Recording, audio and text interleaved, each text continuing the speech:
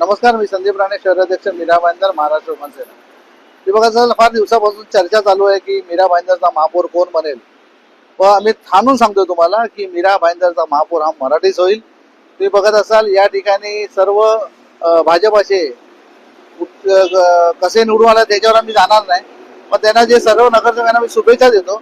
आणि या ठिकाणचे जे सर्व जे नरेंद्र मेहता कार्यसम्राट आमदार जे स्वतःला बोलत आहेत त्यांच्याकडनं एकच अपेक्षा आहे की मराठी महापौर बनला पाहिजे. मराठी महापौर बाबत तडजोड नाही, लक्षात घ्या.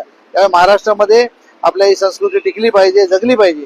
हे त्यांना जर वाटत असेल तर मराठी महापौर या ठिकाणी बसला पाहिजे, ही आमची प्रामाणिक इच्छा आहे. नमस्कार, मी संदीप राणे, शहराध्यक्ष मीरा भाईंदर, महाराष्ट्र मनसेना. हे बघा, सर फार दिवसापासून चर्चा चालू आहे की मीरा भाईंदरचा महापौर कोण बनेल.